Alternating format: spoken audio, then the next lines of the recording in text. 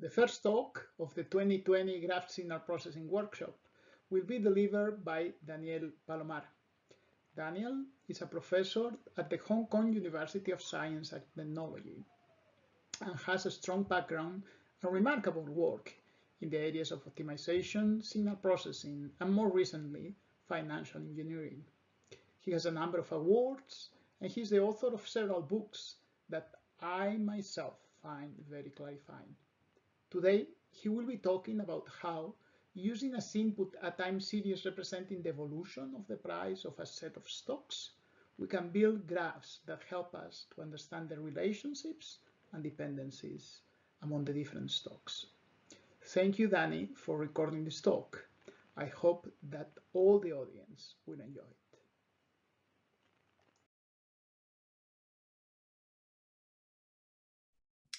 Hello, everyone. Thank you for watching my presentation.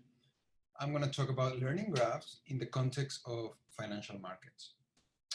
So this is the outline. I'm going to start with some basic introduction to graphs, and then I will move to the state of the art of learning graphs in the community. I'm going to make several connections among the different methods, building up until we will be ready to deal with learning graphs from financial time series. So let's start. So this is a joint work with my student Vinicius, and also these are some other of my students with whom I've done research on learning graphs. So let's start. Introduction to graphs. Really simple. Basically, graphs are a way to represent information in a tidy way.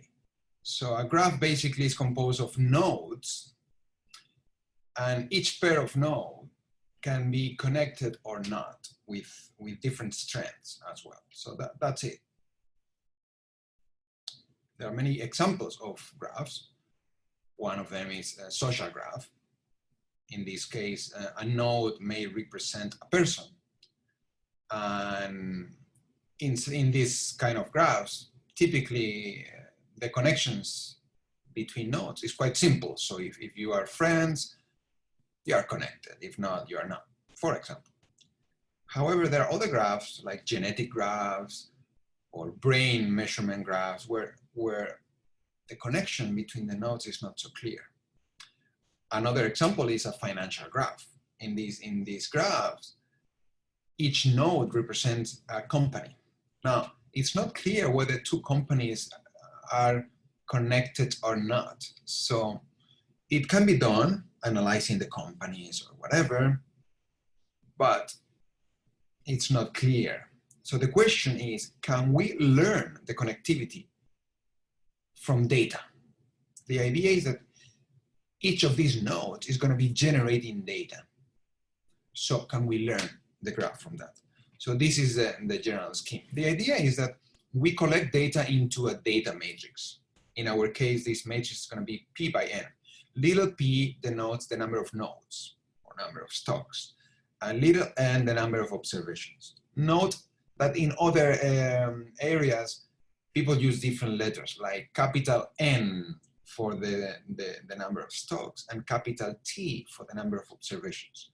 We will stick to this notation in this presentation. Now, the idea is that each of the nodes generates a signal. So a graph signal is actually one snapshot of such a signal that lies on the graph. So basically, one graph signal contains one value of the signal from all the nodes. So anyway, the question is, can we go from this data matrix to learning the graph? Now, the graph mathematically is described by this triplet. This is, V is the set of nodes, E is the set of edges. But the most important part is this adjacency matrix W. That measures the strength of each of the connections. So that's what we really want to learn. Now, this is a toy illustration, a toy example. And here we have a cloud of points, and automatically, without any human intervention, we learn the graph. Look at this nice graph. in this case, by learning the graph, automatically we realize that there are two clusters of points, for example. Now, if you want to learn all the basics about learning graphs, I recommend these two very nice references that cover everything about learning graphs. Good. Now, let me mention a few more things about graphs. Now, there are several of these graph matrices. One of them is the adjacency matrix that I mentioned. We're going to assume that it's a symmetric matrix, so undirected graph. So in principle, with W, we have a characterization of the graph. That's it. We don't need anything else. But there are other matrices that people use, like the connectivity matrix is basically the binary version of this W. So if one element in W is 0, then the corresponding element in C is 0. And if one element in W is non-zero, then the corresponding in C is 1. That's it. It's the connectivity pattern. The degree matrix is important. So the degree of a node is the sum of the connections from that node to every other node. Okay, so basically it's the raw sum of W, if you think about it. So that's why we write it like this. W matrix multiplied by the O1 vector. So this is performing raw sums. And that is going to give a vector with the degrees of all the nodes. Now, if we put that vector into a diagonal matrix with this operator, then we get this degree matrix. Fine. Now, the Laplacian matrix is a very interesting matrix. It's a bit weird the way we construct it, because it's constructed like this. This degree matrix minus the adjacency. So it's weird. In fact, there is a one-to-one mapping between W and L. So given W, you can construct L. And if I give you L, you can also construct W. So there's a one-to-one mapping. The question is, why do we need this Laplacian, this weird Laplacian? There are several reasons. Now, the Laplacian has some properties. Okay, for example, it's a positive semi-definite matrix. The number of this one is interesting. The number of zero eigenvalues denotes the number of connected components of the graph. We will come back to this later on. Also, L is singular, and it contains one eigenvector with all one elements. But the most interesting property is this one, this physical interpretation. This is very interesting. It turns out that if X is a graph signal, so one snapshot of a graph signal, right, measured on all the nodes, when you multiply X by the Laplacian like this is measuring the smoothness of that signal, or the variation. So it's measuring how much that signal changes from node to node, but taking into account the connectivity of the graph. So in other words, if two nodes are not connected, then the signal in those two nodes can be totally different, no problem. But if those two nodes are connected, strongly connected, the signals should be similar. So it's like a weighted computation of the variation of that graph signal. So you can see it here, right? This is the, the summation of the difference between all the elements of X, but weighted with the connectivity. And it's interesting because this is connecting W and L again. This is a very interesting expression we're going to use later. Okay? So that's it. We are ready to start exploring different ways of learning graphs. So let's go for it. Our first stop is going to be learning graphs based on this concept of smooth signals that we have just learned, right? Now take a look at this. We saw before that for a graph signal, you can multiply that X transpose by L and times X to get the smoothness. So now imagine we have multiple observations. So we have n observations. We put them into the matrix X, and this is actually measuring this smoothness of the graph signals, but all the signals, all the n signals, okay? Anyway, it's just the sum of the smoothness of each observation. That's what it is. And of course, we can relate it from the previous relationship in terms of the adjacency matrix. Now, these denotes, this is so denotes the signal, the n observations at node I, and this is the n observations at node J. So anyway, we can also write this in a compact expression with a trace operator, just defining this matrix Z. That's it. So it's very nice. So this Z, every element of Z measures the Euclidean difference between the signals on two different nodes. That's it. Now, so basically we have, this is a nice expression. It's linear in L. This one is also nice. It's also linear in W. So both are nice. Okay, both are nice. So now we said before that we expect a signal to be smooth on the graph. Because, as I said before, if two nodes are not connected, then the signal can be different in those two nodes. But if they are strongly connected, of course, it should be similar. So when we measure the smoothness, it should be small, right? Now, we can turn this around now. Imagine you don't know the graph, but you have the signal. Well, because you know that that signal should be smooth on the true graph, you can try to learn the graph like that. You can try to say, oh, let me learn a graph that makes that signal that I have smooth. So that's the way we learn a graph. Look at this. I am minimizing, so here X is given, is the signal given. So I'm finding L that minimizes the smoothness. And I can add some regularization term on the Laplacian, whatever. And of course I need to include the constraints on the Laplacian, right? And that's it. That's how I learn a Laplacian. This is very simple. This is the most basic formulation, okay? And there are many options for regularization terms. Now, equivalently, we could formulate this in terms of the adjacency matrix, instead of the Laplacian, in terms of the adjacency matrix. Now, these two are really equivalent. Some people prefer to formulate this learning method in terms of L, some people in terms of W, but I want to highlight that they're really equivalent. You can always write your formulation in both ways. So it's good to keep that in mind. Okay. This is one example of that formulation, and this is from 2016. Look, in this case, as a regularization, they use the Frobenius norm, and they also include an interesting constraint, this. This is to control the degrees of the nodes. Remember, when you multiply 1 by W, you are basically computing the row sums of the adjacency matrix. That gives you the degrees of the nodes. This is forcing the degrees of the nodes to be equal to 1. So, okay, good. We know what this is doing. Now, we could have formulated this in terms of the Laplacian, totally. Totally, it's exactly the same.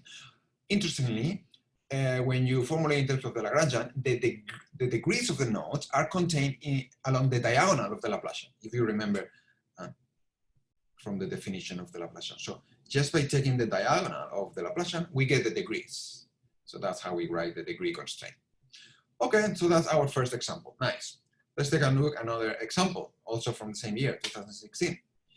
Here, basically, it's very similar. The difference is that instead of having a hard constraint on the degrees of the nodes, we move that, we relax it, and we move that to the objective as another regularization term.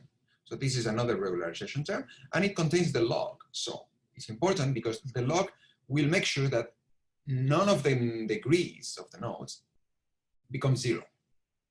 Okay, they will be strictly positive. Good. So that's it. Again, we could have rewritten this in terms of the Laplacian matrix. No big deal. Okay. Okay. Nice. Let's take a look at another example. This is also from the same time, 2015, more or less. And the difference here is that this formulation allows for some error in the data that we collect. That's it. So look, it is also minimizing the smoothness, right? But we are using Y. And what is Y? Y is something that it should be close to X, but it can be slightly different, so, to allow for some error in the collection of that signal. Okay. And here the degrees are controlled overall. So this is like the aggregate degrees of the nodes. So we are not controlling here one by one. We could have reformulated this in terms of adjacency matrix, but it would have been a bit more complicated in that case because then we have these. Remember, there is the Z matrix that depends on X. So in this case, it would depend on Y. So it's doable, but anyway.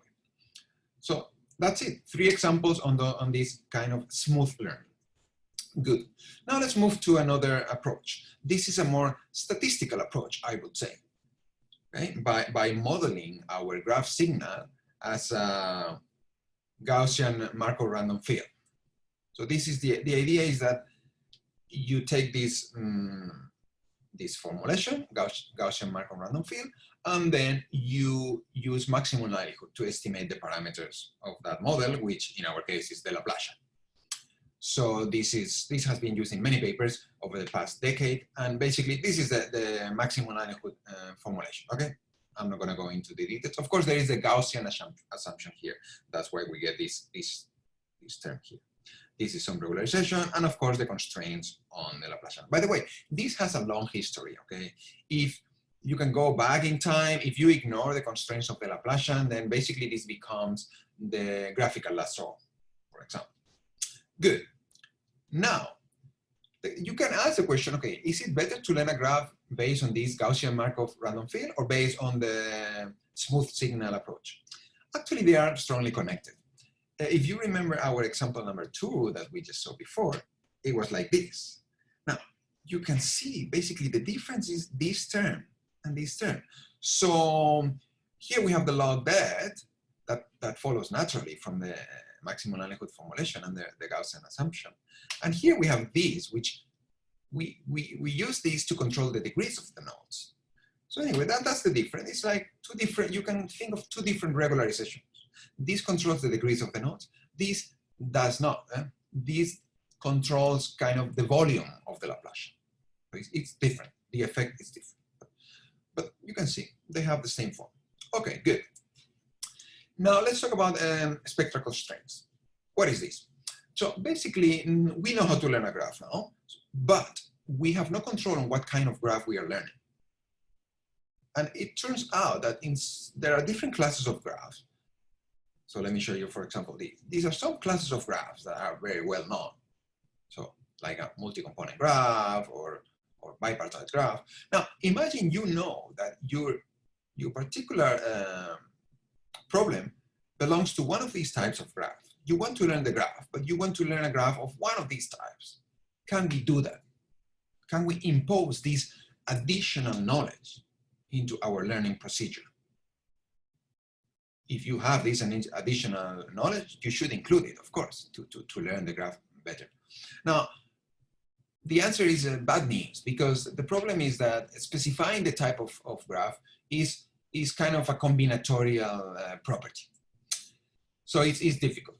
In fact, it's an NP-hard. It's an NP-hard problem to enforce one of these types of class. But interestingly, it turns out that those structural properties of the graphs, at least for many of the graphs, can be characterized by spectral constraints. In particular, spectral constraints mean constraints on the eigenvalues of the Laplacian matrix or eigenvalues of the adjacency matrix, or both at the same time. So, but of course, learning a graph including such spectral constraints is difficult. It's difficult. So again, doesn't look good. But, well, it's doable. It's doable. So this would be the Gaussian Markov random field formulation with some regularization for sparsity, constraints for the Laplacian, and here we have our new constraint that looks very innocent, just one more line, but this is really nasty. I mean, think about it. You want to control the eigenvalues of your matrix variable, and it has to satisfy some constraints. This is obviously a complicated non-convex problem, but we developed actually last year some very efficient algorithms to deal with these kind of problems. Okay, and we developed an R package that is available. Good. So at least we can do it. Now, in our case, in the financial markets, we are interested in one particular type of graph, K component graph, because we are interested in doing clustering, as you will see. So let's take a closer look at that particular type of graph. So it's very interesting because it turns out that the Laplacian, you can compute the eigenvalue decomposition, right? All these eigenvalues are non-negative because the Laplacian is a positive semi-definite matrix. Anyway, it turns out that if we have a multi-component graph, in particular a K-component graph, so with K cluster, it turns out that the k smallest eigenvalues are equal to 0. It's a beautiful, very clean equivalence. So this is an example. You can see here a graph with 3 components, 3 clusters. If you compute the eigenvalues of the Laplacian of this graph, and you plot the eigenvalues, look what you get. The 3 smallest ones are 0, exactly, and then the other ones are positive. So it's very nice. So it's going to be critical to learn how to control the smallest eigenvalues of the Laplacian. Very important. Now, let's see how we would do that. So one way is to do this, to say, okay, I want to control the rank of the Laplacian. If it's going to have k 0 eigenvalues, it means that the rank is going to be p minus k, because the dimensions of the Laplacian is p by p, right? Another way of saying this is like this, saying, okay, the sum of the k smallest eigenvalues has to be equal to 0. It's equivalent. Now, this expression is convenient because of this alternative representation of the sum of the k smallest eigenvalues as this minimization. Okay. We minimize the trace of this product. Here we have our Laplacian, and V is a semi-orthogonal matrix. That's going to be equivalent. So we're going to use this. Now, you can see that in order to get a k-component graph, we are playing with eigenvalues of the Laplacian. So in this case, it's more convenient to express the formulation of the learning problem in terms of the Laplacian rather than in terms of the adjacency matrix. Okay, makes sense, right? So let's take a look. Imagine our previous example one. So it was like this, right? We were controlling the degrees, fine. But now we include a rank constraint. That's what we do. This rank constraint, so that we can get a k-component graph. Now, again, this is a horrible constraint, non-convex, so we relax the constraint using the previous representation of this. Okay, basically, if we are minimizing, so this will be minimized. So if this guy becomes 0, then exactly we have a rank p minus k. In practice, it may not be exactly 0. It depends on the value we choose for beta, in fact. But anyway, it's going to be a small number, so it's going to become kind of k-component graph. Okay, so that's it.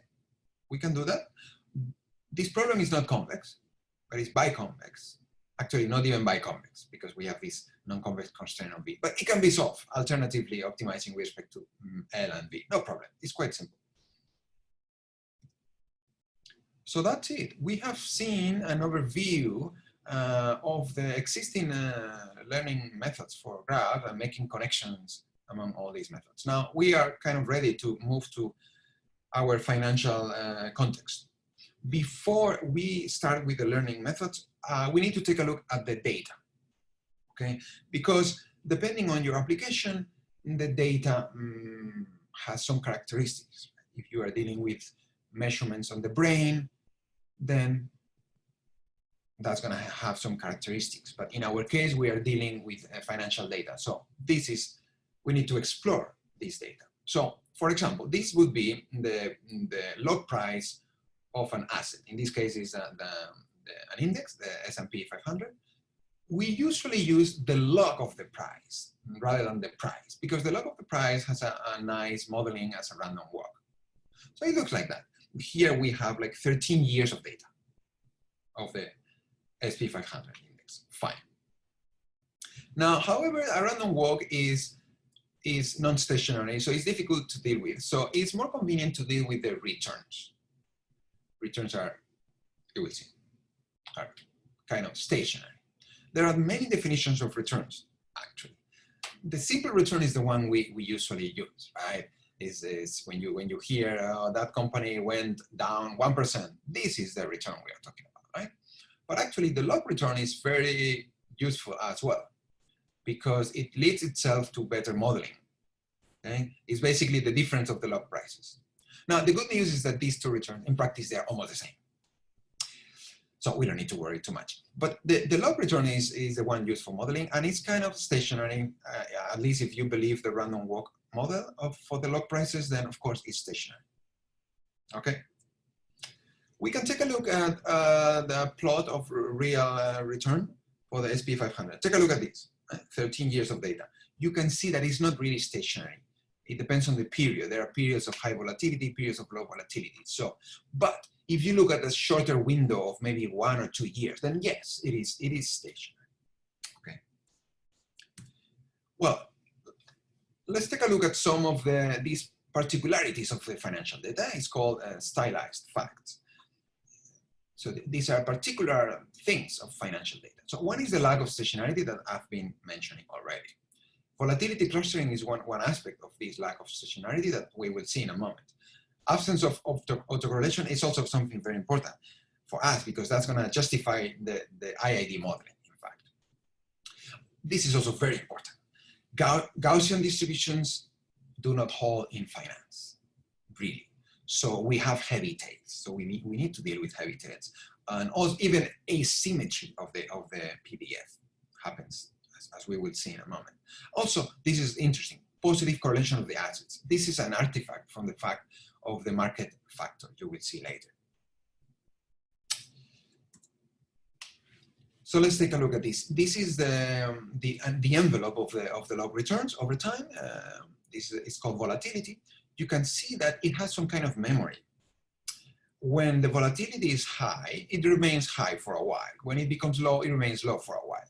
So there is some memory. There is some time variation that we cannot ignore. So we cannot just learn a static graph. We need some kind of dynamic graph. This shows the autocorrelation function of the returns. You can see that pretty much there is no autocorrelation for lags different than 0. So maybe a little bit here, but it's really insignificant. So this is a good justification of our use of IID model. Okay. Now this is very important. This is the histogram of the returns. Now, when you take returns, you can take different frequencies. You can consider daily returns, weekly returns, monthly, bi-monthly, quarterly, okay. It's interesting to notice that depending on the frequency of the return you use, the data is completely different. It shows different things. Here I'm showing just 3 frequencies, daily returns, monthly, and quarterly, and you can see that they look different. And you can see that I'm trying to fit a Gaussian distribution, unsuccessfully. Definitely the Gaussian doesn't fit very well because of the tails. Look at this. And the Gaussian distribution has exponentially decaying tails, but the reality does not have such tails. It has thicker tails, heavier tails. It's called heavy tail distributions. Now, if you look at the monthly returns, it's even worse, and even worse because it's also tilting to the right, which is the worst thing that can happen, because if this is tilting to the right, the left tail becomes thicker, which is the bad one. This is where we lose our money. And quarterly return is even worse. So clearly forget about Gaussian distributions here. Now these are QQ plots. These are used to identify the tails, how heavy the tails are.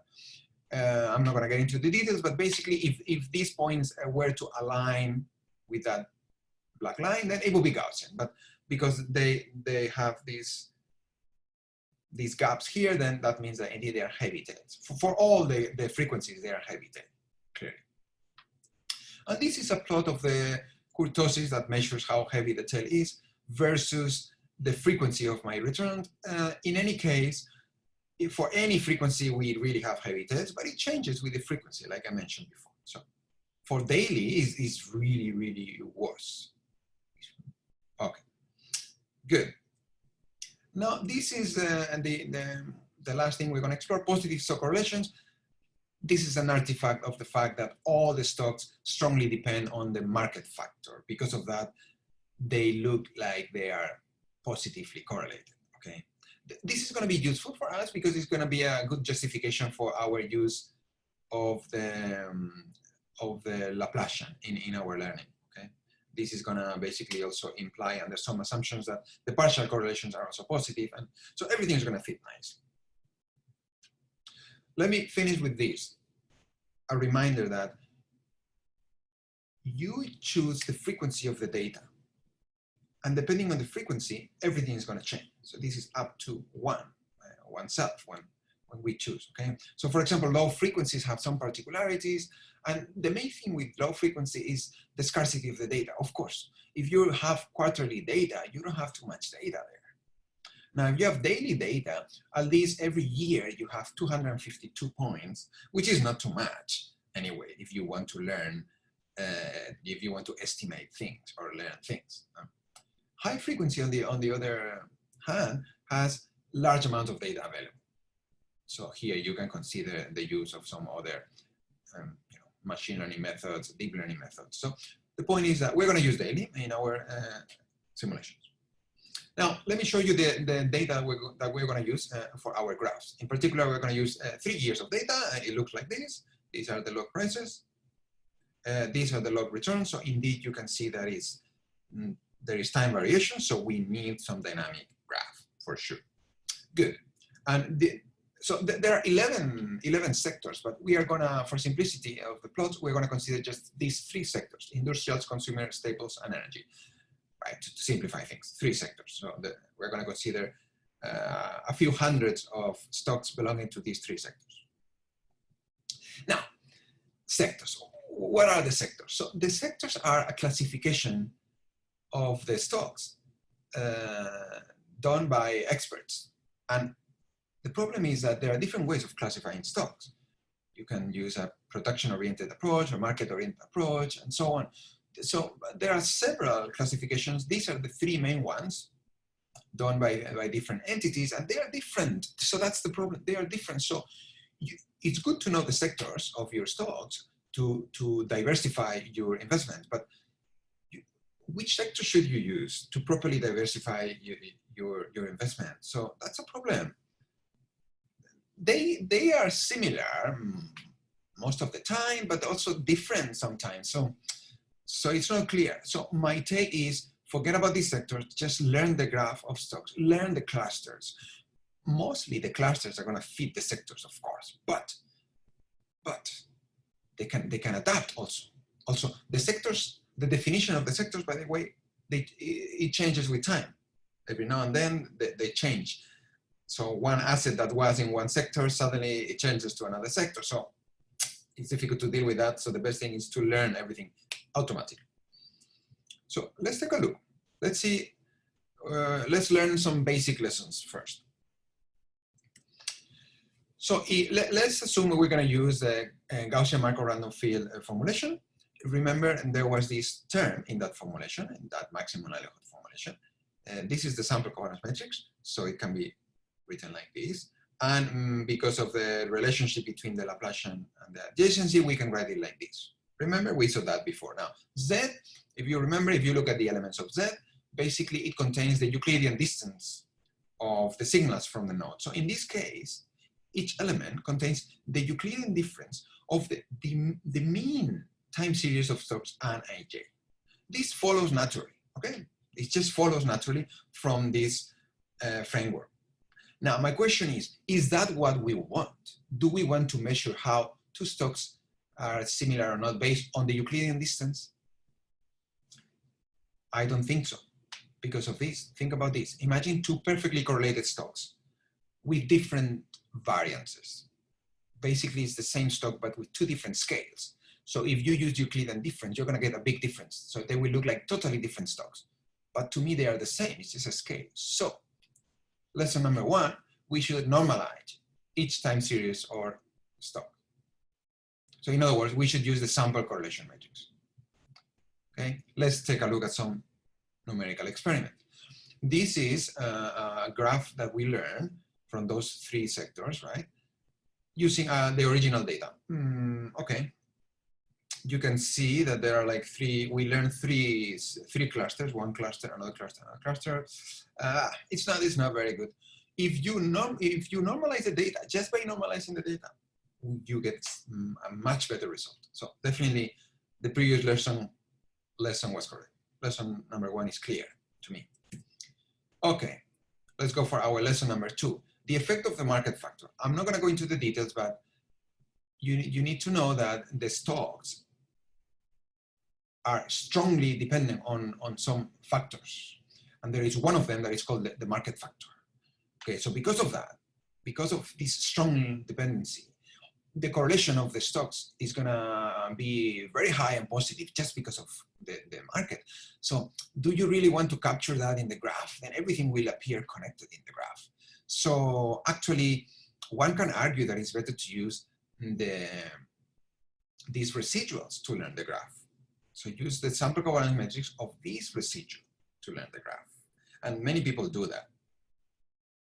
But if you take, so it makes sense, but if you take a closer look, see what happens. You take a closer look, you will realize that this Z matrix, as I said before, is actually computing the Euclidean difference between the signals from two stocks. That means that the market disappears because the market factor is common on these two stocks. So it automatically disappears. And that's because, by the way, beta is close to 1. So you don't need to worry actually about removing the market. It's already removed automatically. If you normalize each stock, like we said in lesson 1, it's even more so because beta actually becomes 1. So definitely lesson number 2, it is not necessary to remove the market factor. See, it is automatically removed. You can say, oh yeah, but I still want to remove it. But you don't need to, okay? Don't fix what ain't broken. Let's see some numerical results. This is original data without removing the market. And this is when you insist to remove the market. Yeah, I mean, it's not very different, but it's a bit worse actually. You know, these guys here are properly clustered, here not. So it's clear to me, don't bother, don't remove the market. Good. Now, two-stage versus joint design. This is very interesting. There are several papers that estimate, learn a graph somehow, whatever learning formulation you want to consider. And then if you want to cluster, then you can approximate the Laplacian by a low rank 1 so that you are basically getting the clusters. Of course, another approach, more elegant, is to do it jointly. Whatever formulation you use for the learning, just add this additional constraint of the low rank for L. Of course, then it gets more complicated to deal with that. You need to develop a more sophisticated algorithm, but it's doable, and probably you will get better results. Let's see. Let's see numerical results. Look, this is the two-stage. First you learn, then you impose 3 clusters. You get 3 clusters, 1 cluster, another cluster, and another cluster, but it's not good. This is when you put it together. Definitely, we have our lesson number 3, the joint approach, much better than the two-stage. So forget about two-stage, forget about it. You cannot use it. Good, let's move on. Isolated nodes, that's another important issue, okay?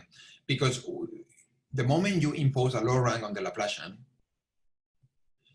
you typically have these issues of isolated nodes, and as I'm going to show you in a second. So the way to avoid isolated nodes is to control the degrees of the nodes. An isolated node has no connection with any other node, so it will have a degree equal to 0.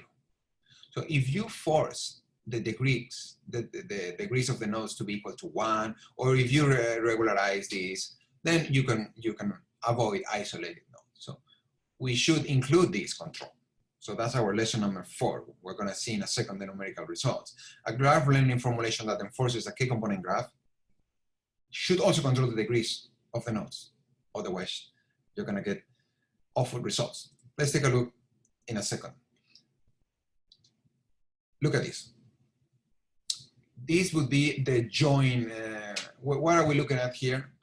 Okay, let's not get lost in the math. This is the Gaussian Markov random field formulation, the usual, with some regularization for sparsity. And here I'm enforcing low rank. Like I said, I want low rank to get clusters, so I enforce low rank. But if I do this, which we can do with the state-of-the-art methods, if we do this, we are going to get isolated nodes. So again, we need to control the degrees. Okay, and then the problem will be fixed. Let's take a look. Look, this is learning low rank design, imposing 3 clusters. You see what happens because we are forcing the learning to get 3 clusters. Okay, the learning says, oh really? So I'm going to give you 3 clusters. 1 isolated node, that's 1 cluster. Another isolated node, 1 cluster, and the rest is all together, third cluster. That's not what you want, but it turns out that that's what happens. And you can change this penalty term that controls how strong the regularization is, but nothing, it can get even worse.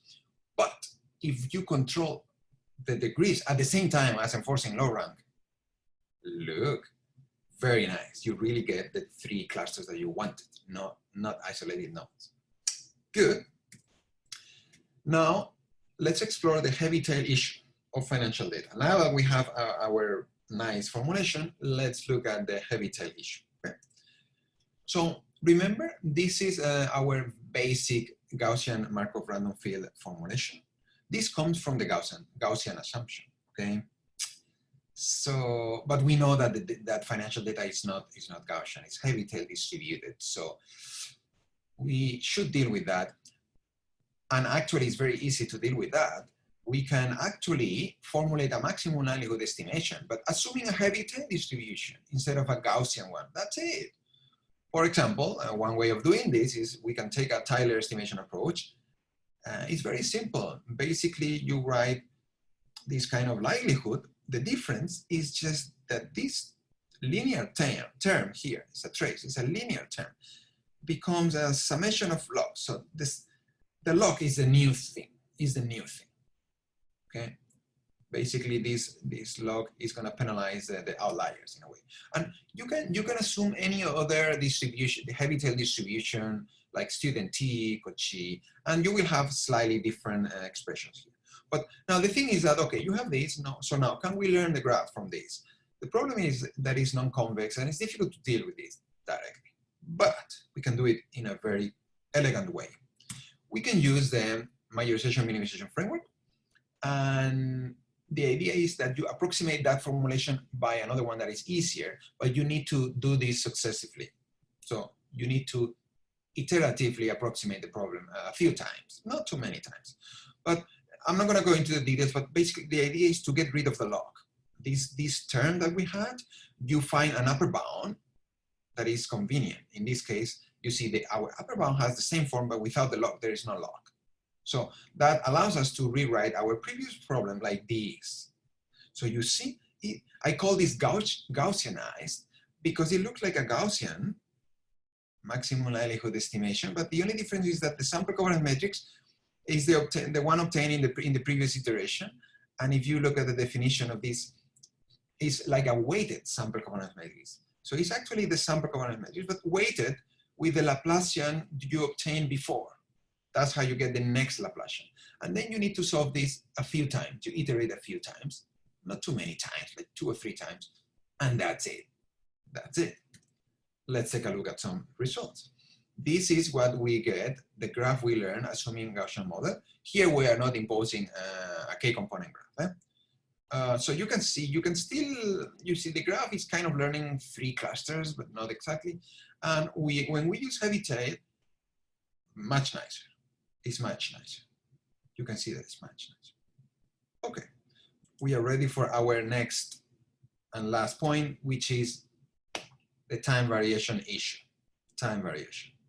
Until now we've been learning static graphs, but we know that financial data is not stationary, so we need to have time varying graphs. Okay, definitely. So static graph is what we've been doing until now. Okay. So of course, one way to do it is you can do it in a rolling window fashion, right?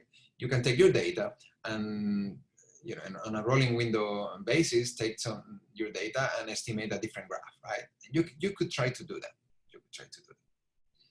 The problem if you do that is that you are going to have even less data to estimate each of the graphs. So you are estimating more variables with less data. So it's going to be a bit difficult. So it's better to do it in a smarter way.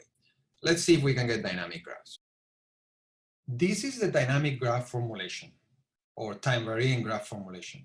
The idea is that we're going to split the data into capital T blocks of data or chunks of data, each of them with several samples. Now, at this point, you could learn one graph for each of these blocks, but then probably you wouldn't have enough data for a good estimation, and also the graph would change too much from block to block. So we propose this formulation. Basically, this is the Gaussian Markov random field formulation, but we are learning one Laplacian for each of the blocks, each of the chunks. But the difference is this term. This term is imposing some time consistency between the one Laplacian and the previous one, so that the Laplacians are more smooth, so they change in a smooth way. So that makes a difference. Now, that's it. So it's quite simple. Now, if you solve this problem like this, you are basically learning the Laplacians for each of the blocks, but using all the available information.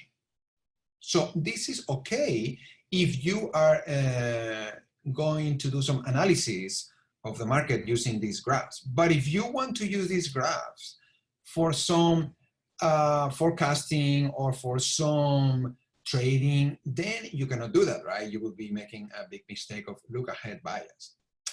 In that case, you want to learn the Laplacians using the information at time t, at each time t, using the information up to that time. So this can be easily done with the same formulation, but on a rolling window basis. So let's take a look at some numerical results. We're going to use these few companies for a period of almost 1 year. So we have 230 days of data. So that's not too much data. And now we're going to estimate a dynamic graph. So in particular, we're going to learn a graph using the past 30 days. So each graph is learned using the past 30 days. So that's not too much data. So, but thanks to the time consistency term, it's still going to be possible. So overall, we're going to be learning 200 graphs, 200 Laplacians. And once we have these Laplacians, it's good to compute some measure for each of the graph, just one number, so that we can plot that number over time. That's what we call indicator measures. So you can think of many of them. For example, the time consistency term could be one of these. It will tell you how much it's changing. Or you can use the spectral radius, lambda, the maximum eigenvalue of the Laplacian, or the algebraic connectivity, the smallest eigenvalue apart from the 0, 1. So let's see what we can do with these indicators. This is, for example, here I'm showing the S&P 500 log price over time. So you can see that in the initial period is kind of, well, in this period is like, well, something weird is happening. Then it's like a bull market. And at this point, we have a bear market. So things are going down. Let's see what the indicators tell us. Here is the time variation indicator, okay, without time consistency, and this is with time consistency. So, well, the difference is not very obvious, but this one is a bit smoother, and you can see this with actually, you can see this with the dynamic range of the plot. But anyway, the point is that you can see that here it's indicating that something was going on here, even though it wasn't too big, but something was going on. And here, of course, it's also indicating that we are going down. Of course, by the time we get the indication, it's a bit late, right? We are already going down. However, it's still good to have an indication, a clear indicator. Because if it's just going down, you never know if it's going to recover quickly. So like in this moment, it goes down, but it recovers. So, but this is clearly telling you, but yeah, it could tell you a bit earlier, to be honest. This is another indicator. This is the algebraic connectivity. Okay, so the lambda 2. So what's happening here? Well, you can see this is a bit better.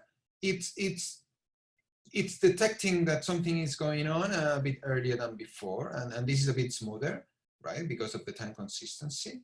So that's good, that's good. And now let's take a look at the other one. This is the average of the two smallest eigenvalues, apart from the 0, 1, right? So let's see, this is quite nice, actually. Well, again, it's a bit late, but it's a very clear indicator that something is going, very clear, right? Very clear indicator. So let's see if we can use some of these indicators just for the sake of illustrative purposes. Let's consider the 1 over n portfolio. It's a very popular portfolio, also called uniform portfolio. So if we use this portfolio in this market, then we're going to get this performance. So we are getting all these laws here. But if we use some indicator to exit the market, okay, let's see what's happening. Look at this. We use one of the previous indicator, and basically here the market is going down a little bit. So actually we exit here. That's what we get, a flat cumulative return. And here, when it starts going down, we manage to get out. Of course, we have some loss, but we manage to get out. And then we manage to get in when it's recovering. So actually, it's pretty good. It's pretty good. If you look at here, the final wealth is about 1.1, and here is close to 1.4. So it's a very simple illustrative example, but it works. And then I would like to show a video of the evolution of our dynamic graph. It's a time varying graph. So just for fun, let's see how things evolve over time.